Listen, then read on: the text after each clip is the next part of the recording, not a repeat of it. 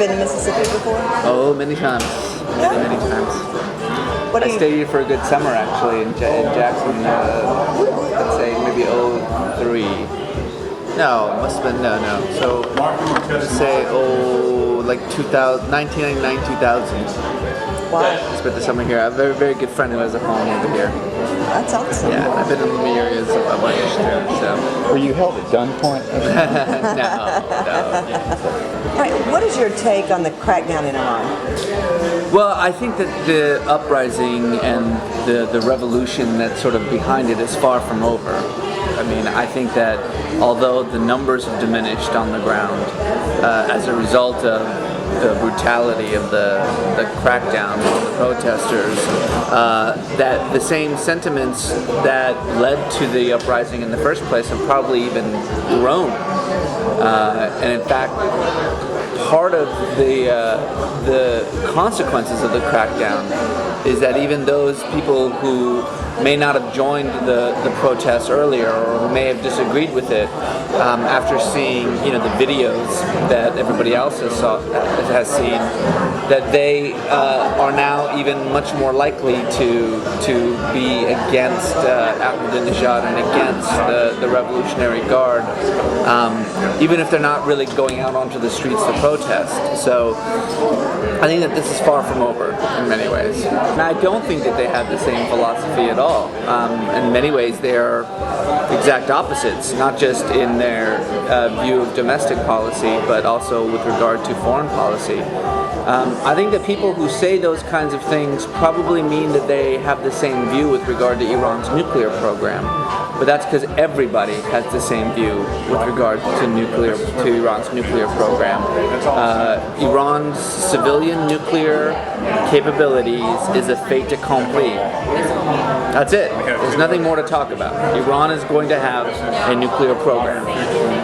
It very likely will not have a weapons program, but insofar as there being a difference between the way that Mousavi or that Ahmadinejad thinks of that one issue, then no, there isn't any difference between them. I think in many, many other ways that they're almost opposites in the way that they think about Iran's role in the world, and the way that they understand the importance of Iran opening up to the international community. No, in many ways they're quite different. Yeah, I mean, Ahmadinejad has an enormous amount of support, primarily amongst the rural poor and the villages, outside the major cities, and I would say mostly with the older generation. And Mousavi's support tends to be primarily in the cities, especially Tehran. I mean, you have to understand there's 70 million Iranians, and almost a third of them, I think, live in Tehran alone. I mean, it's a big city. And primarily amongst the youth. The youth make up about 70% of the population, but 70% under the age of 30, and about 50% under the age of 24. So the demographic shifts certainly favor a Mousavi candidacy. The truth is that, it wouldn't have been inconceivable for Ahmadinejad to have won this election. It would have been inconceivable for him to win by 2-1. Yeah, no question about that. Women have always been at the forefront of all the social and legal issues in Iran. The thing that people don't understand is that the female education levels and participation levels in civil society in Iran during the Islamic Republic, under the mullahs, is actually far, far higher than it was under, the secular leadership of the Shah.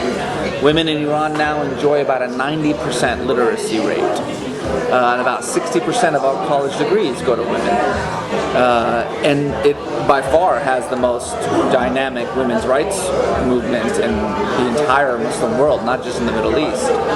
So it's not unusual, it may be for some, to see women out on the streets, but for Iranians or people who observe Iran, this is pretty standard for us. It's totally normal to see women at the forefront. To be perfectly honest, this is sort of the result of a miscalculation on the part of the mullahs. During the Iran-Iraq War in the 1980s, so this was 6 months after the revolution, basically, because all the men were out in the front lines, the Islamic Republic really encouraged women to go to school, get degrees, get educations, get into the workforce.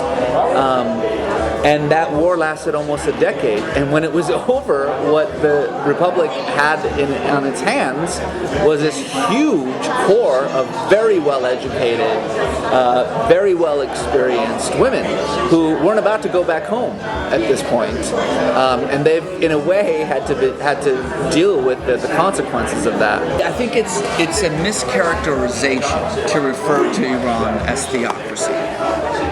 Iran actually has a very sophisticated constitution. It has usually the freest and fairest elections in the entire Middle East. This is a very new experience for Iranians, which is why you saw the uprising that you did, because elections aren't normally stolen in Iran. I mean, yes, there's corruption, yes, there's graft, there's corruption and graft in our election process, but nothing like this. You have a separation of powers, a freely elected parliament, a fairly independent judiciary. Iran is actually, in many ways, a democracy. It's just a really bad one. What we have in Iran is an authoritarian state. Maybe even at this point a police state, but not a theocratic state. In fact, the current crisis right now is not about, the secularists versus the mullahs, or, the kids versus the theocrats. Many of the mullahs themselves, in fact, some high-ranking mullahs, the highest, the Grand Ayatollahs Montazeri and the Grand Ayatollah Sana'i, who are the two highest religious figures in all of Shia Islam, not just in Iran, have thrown in their lot with the reformists. As has Ayatollah Rafsanjani, that's probably the second most powerful man in Iran. So even the mullahs themselves have kind of split between those who support the reformers and those who don't. The question right now is much more about the military establishment in Iran. Where is sort of the military security apparatus in all of this that Ahmadinejad really represents?